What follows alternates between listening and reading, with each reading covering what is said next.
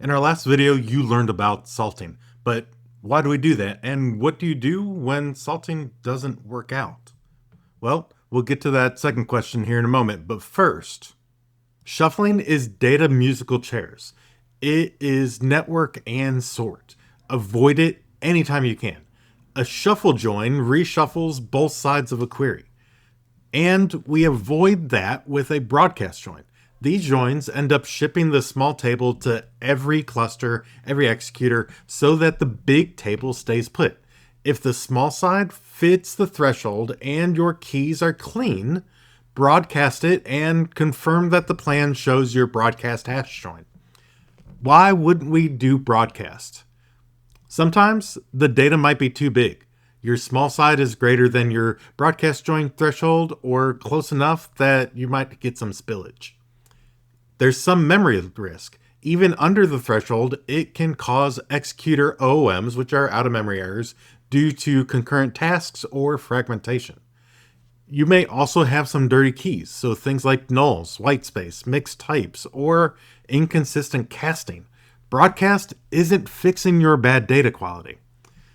Non-equivalent joins, things like greater than, less than, between, or maybe some complex predicates that you may have out there. Broadcast hash join wants equality. Try to avoid these types of joins. Skew on the big side. Broadcasting doesn't solve a whale key that's flooding some partition. Fix your skew and salting first. Not actually reusing the data. Caching and broadcasting a small dimension you only hit once wastes your memory. So, if you're going to reuse it, this is a great option to use. If you're not going to reuse it, this is a waste of time and energy. Cardinality mismatch. Explode heavy dimensions or high cardinality join keys can blow up the join rows even if the dimension is small. Bad statistics. Optimizer thinks that it's small, but post filter it ends up not being, or the other way around. Verify with explain before you even start this process. Network hotspots. Huge broadcast on many tasks plus a weak network equals stalling out. A well-shaped shuffle can be safer if this is your situation. Let's take a look at what a broadcast join looks like in your code. All right, start off by setting a sane broadcast threshold. In this case, we're going to use 64 megabytes. This is the rough cap that Spark ends up using for auto broadcast. Then we're going to trim the dimension to the columns that we're actually using.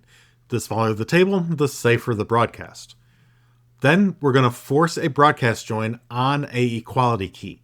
The big table stays put, the small table ships to the executors. Inspect the plan. You want broadcast hash join to use set merge join, and Spark decided that the broadcast wasn't safe. Inspect the plan. You want to see broadcast hash join. If you end up seeing sort merge join, then Spark decided that the broadcast wasn't safe enough to use. All right, let's check out the size sanity here. This is a crude size estimate. You're preferring table stats or describe detail on delta tables when you have them.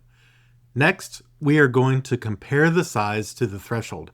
If it's close, skip the broadcast. Near misses have a tendency to spill. Now you're going to clean your join keys. So this is the key hygiene piece here.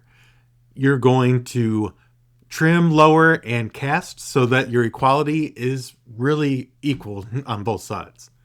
After that, we're going to drop the duplicates on the join key because fewer collisions makes better cardinality. Finally, we're going to verify the plan every time we force the broadcast. If Spark refuses to do it, do not fight it just blindly. Let's talk about some alternatives. If your broadcast is going to be risky, then repartition once on the join key and let the AQE manage the shuffle. And then you could fix the skew with AQE or with some salting. With stable tables, bucketing on the join keys can remove full reshuffles. You could also use dynamic partition pruning or bloom filters to cut rows before the join in star schemas. Here are some alternatives when you can't use the broadcast. Be sure that you are cleaning your key columns. Use trim, lower, make sure that you are doing null handling and you're deduping anything that might be there. Let AQE pick. With broadcast threshold saying, it may choose the sort merge if that's safer. Shape your shuffle. Repartition on your join key once on both sides, and then coalesce after any filters. Tackle your skew. AQE skew split or salting before the join. Use bucketing if you have stable tables. The same bucket divided by the number of buckets on join keys to avoid full reshuffling.